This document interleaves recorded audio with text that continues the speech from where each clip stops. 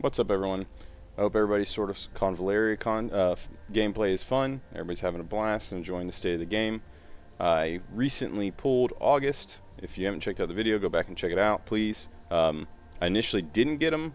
I sat on it for a little bit, and then, I decided to reward myself because thanks to you guys, I've hit 100 subs, and I went ahead and got what I needed to pull Auguste, and we went in deep, and we ended up getting him. So, really enjoy him. Initially, I wasn't sure how about his damage, if it was really doing what I wanted it to, and then after a while, I kind of figured him out, and I'm really enjoying him. He definitely does a lot of damage. He's a bit of a juggernaut, if you will. So, and that's coming off of his trait. Everything I've seen with him comes out of his trait, so let's talk about it. I'm going to open up his trait right here. Sword of Wrath. Auguste ignores block. First off and foremost, that's massive. Just that alone in his trait is a really big deal, makes his trait really powerful. After initiating an active attack or entering standby, he gains 1 stack of rage, and it goes up to 6 stacks. Now rage is 3% attack, and like I said, it's up to 6, so that's a total of 18% attack potentially at any given point. Really good, so he's constantly buffing his attack, he's just getting stronger and hitting harder. When having 6 stacks of rage, after actively using a skill or basic attack, Auguste removes all stacks, and he can act again, gaining Rage Outburst for 1 turn. Didn't need to click it twice, but I did it.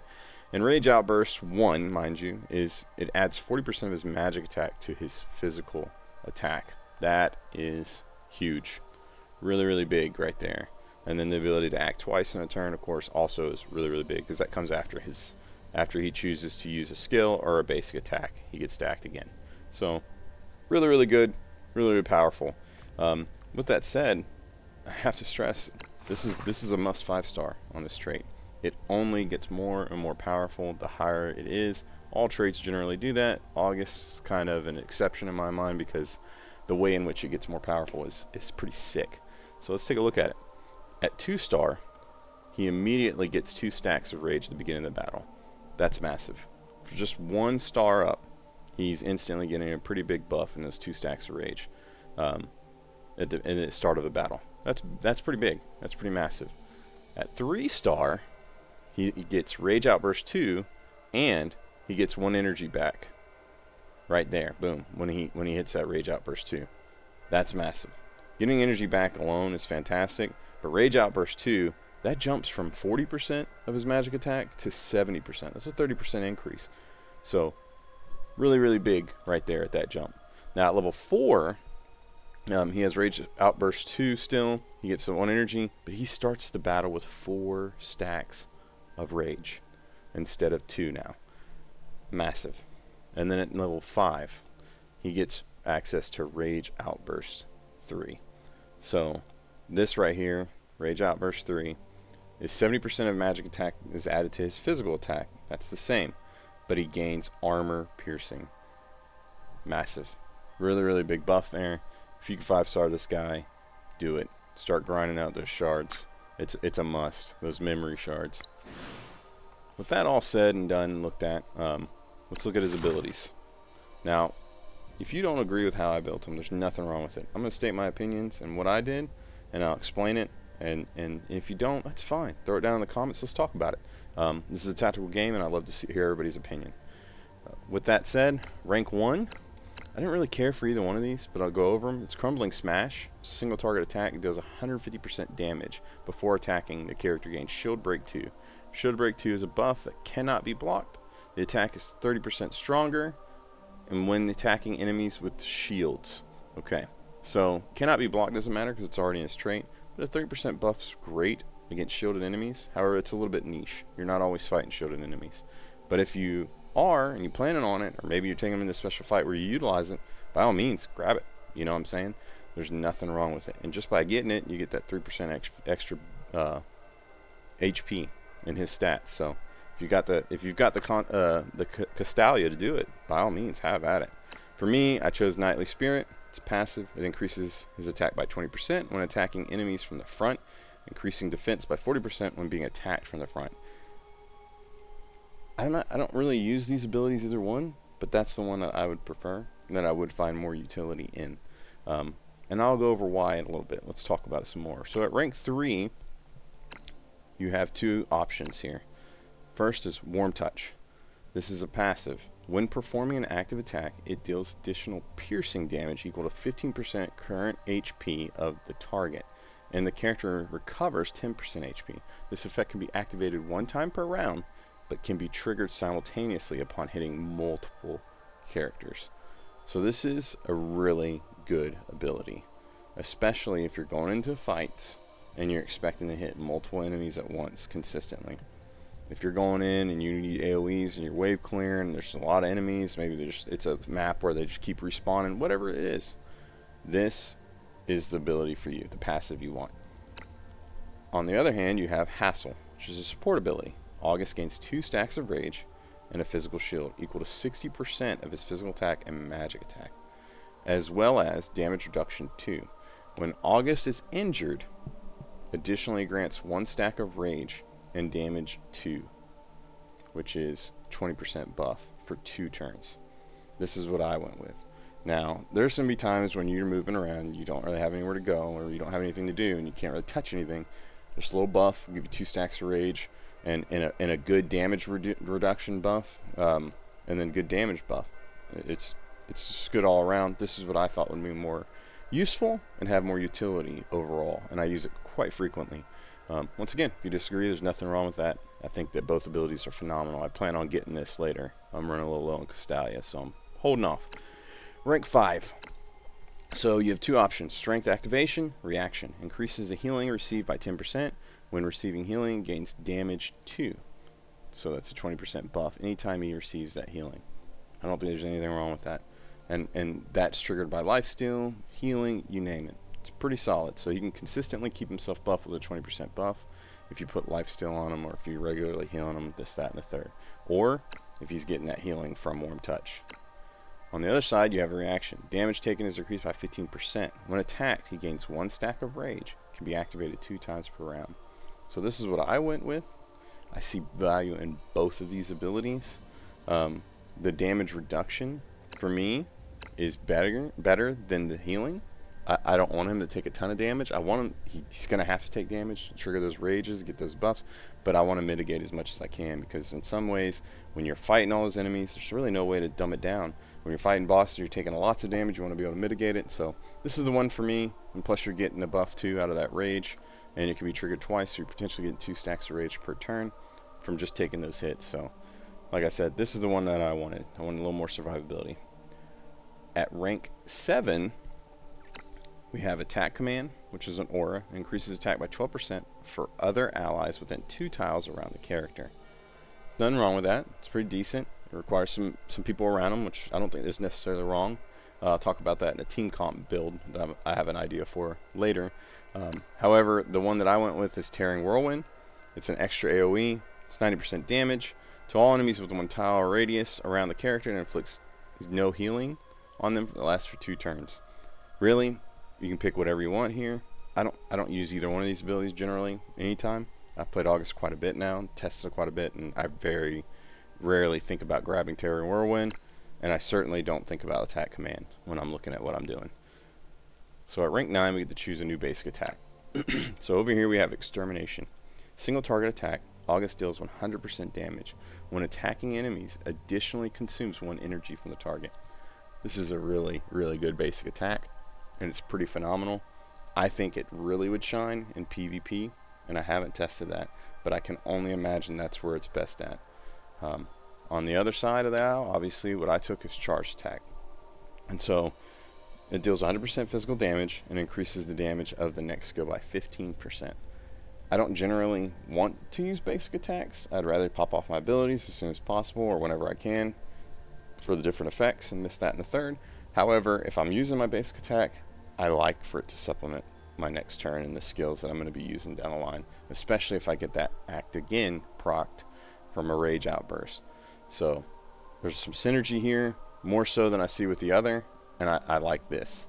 Charged attack. This is basic attack for me. Now up here at rank 11, you have Overlord's Roar. It's physical damage, single target attack, deals 170% damage. Wow, it's a lot.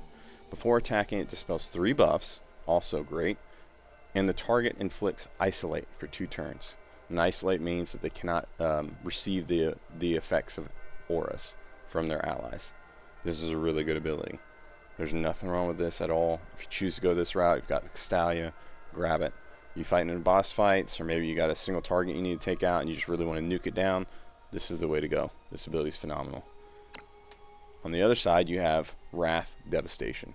It's physical damage. Auguste deals 90% damage to all enemies within a 3x4 area in the target direction, dispelling 2 buffs from the targets before attacking. When he is in Rage Outburst, which is that attack buff, in Rage Outburst state, there is a 50% chance of inflicting stun on the targets. Can't beat it. I really like this. This is what I generally use in PvE or in most fights. Really, you have options here. With single target and multi-target, you just need to figure out which one you're doing. Do you need the AoEs? Well, then you want Devastation. If you're going in and you're really focused on one target, well, then Overlord's Roar is the way to go. Either way, both really, really good abilities. I think they're both must-grabs, in my opinion. So those are his abilities. Let's take a look at his weapons. Now, for Auguste's weapons, I'm not short of hammers, as you can see. And I've looked at them all, but I think Brutal Axe is the best in slot available. It increases his HP by 10%, and when attacking an enemy, if the enemy's HP's percentage is higher than the character's, it ignores 40% of the target's defense. Now, I like this because Auguste is going up. He's in the front line. He's obviously taking hits because he can't get away because he's trying to get to him to deal the damage and hit him. And so it's often that when an enemy encounters Auguste, they've already hit him or he's already been able to down by someone else, and they have a higher percentage HP. And so he's just shredding them. He turns on them. His HP might be down, but he just shreds them. I love it. I think this is the way to go for that. You can put anything else on if you want. Like this, Hollow Axe is decent, 10% defense buff, and it gains physical attack equal to 10% of his physical defense, magic defense. That's a solid choice. There's nothing wrong with that. You obviously can go with anything else. If maybe you're stuck on rare, when healthy increases attack by 6%. I don't think this is a good choice because he's not going to really stay healthy. He's front line, like I said. And then you've got right here this anti-magic axe if you're looking for something rare. Really can't go wrong with anything you put on him. The dispelling buffs is what he already does with a lot of the things in his kit, so I guess there's some synergy there. If you're going in a fight where you really need to take buffs down, that's great. I don't think you're charging on any attacks, so Brutal Axe is the way to go for me. Out of what I had, this is what was the best in slot. Looking over here at this trinket, I'm using a rare. I really like this Thorny Ring on him. When injured, his attack is increased by 12%. Now, generally, when you're injured, you lose 20% damage, and you take 20% more damage. So the attack buff there to offset that is good. Auguste is going to get hurt. He's going to go up there. He's going to get riddled with damage. There's no two ways about it. Might as well lay into it and try to buff yourself while at it. And so that's why I like the Thorny Ring. However, a really good choice is right here, Origin Hourglass. And honestly, this might be his best in slot, and I have yet to really thoroughly test it. You're increasing his physical attack and his magical attack. You're gaining immunity to move and speed down. So he's going to stay in their face. He's going to keep going at him. Can't stop him. And then he relies on his magic attack, buff his physical attack from that Rage Outburst. So this Origin Hourglass, probably his best in slot. I'm really enjoying Thorny Ring. Have fun with it. Utilize whatever you want. Check it out. Drop down in the comments and let me know what you think, what you use, and what you prefer. But for me, those are your two options that I think are best in slot. And of course, you can't sleep on things like, Healing Springs and then a, Evergreen Pendant, because of those heals and the lifesteal he's going to receive. It's really big. And that needs to be said too. Resonance. Let's talk about it. I looked at them all, and for me, the lifesteal resonance is the best with the sword and the chalice.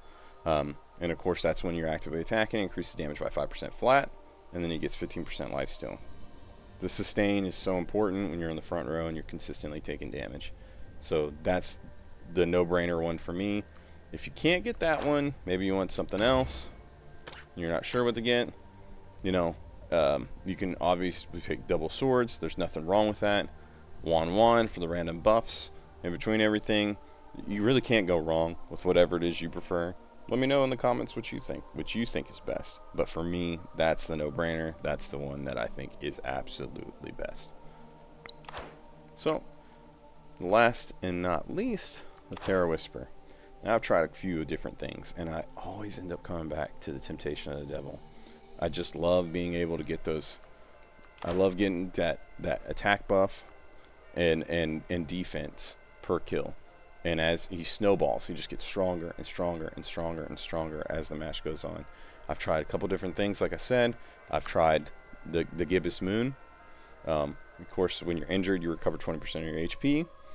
I think that's really good. I think that's a strong second for me as far as a good tarot. And then I think third is the Rays of the Sun. When attacking injured enemies, it ignores 20% defense. So you know he's gonna smack them with that brutal axe if they have higher HP than him. So he's gonna absolutely mollywop them and hit them for, shred 40% of their defense.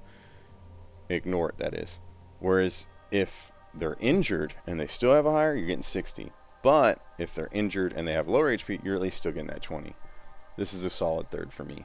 Gibbous Moon second, but man, you just can't beat. I just can't get away from the Temptation of the Devil. That constant attack and defense buff, to me, that's his best in slot. That's the one I prefer, especially if you're going into matches and you're laying out those AoEs and you're killing multiple targets. I mean, he really is a wrecking ball. With that said, that's how I build Auguste. That's what I see from him.